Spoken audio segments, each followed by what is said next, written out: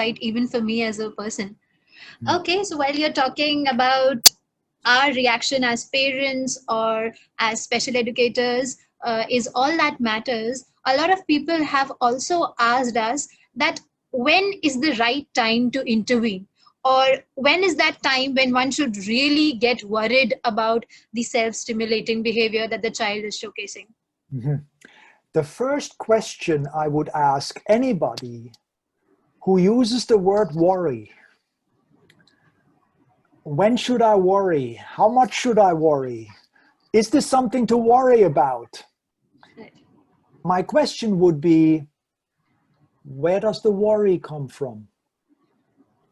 Why worry? Where does the worry start? Because I believe that you can only worry about it if somewhere in the back of your mind you have a negative judgment or a negative belief that this is something really bad. Right. This may be something bad for my child. This may be something bad for me. This may be something bad for my family. This may be something bad for my friends. This is really bad when I go to a shopping mall and my child misbehaves. What do the people think about me? Can't you control your child? You know, so the worry really only can start from a negative belief, judgment, or assumption that you have about the child or about yourself or about the situation you're in. So I help parents primarily to change from worrying to seeing it as, what kind of opportunity does this present?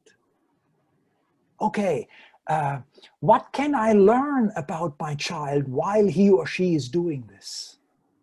Seek to understand first, right?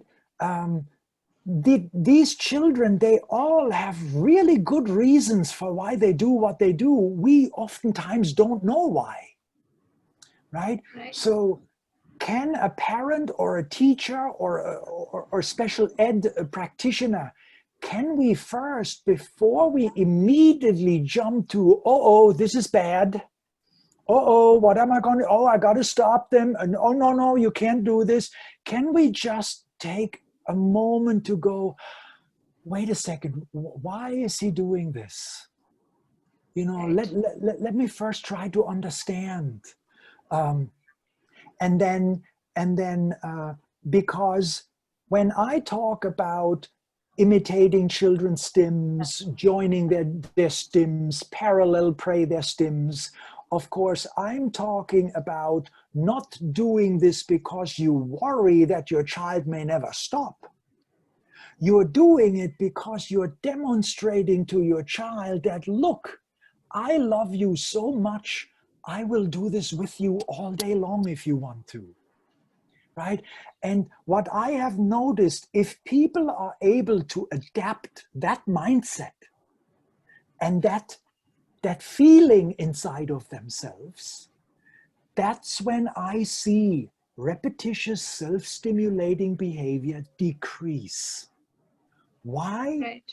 Because the child starts trusting the person is more predictable, and they don't need to take care of themselves anymore in the way they have been.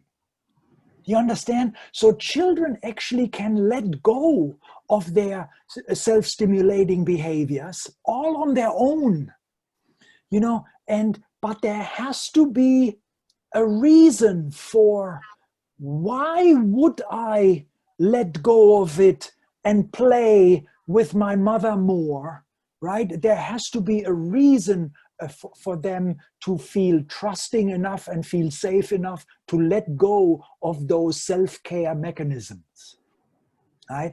And so I have seen endless different kinds of stims that either stop from one day to the other, but most of the time they transform from what used to be a very repetitious behavior to actually an interactive game, where now, instead of the child only lining up the little train for hours and hours, now we can play trains together, and we can help each other build a train track, and we can help each other, do you see what I mean, exchange the cars and the engines.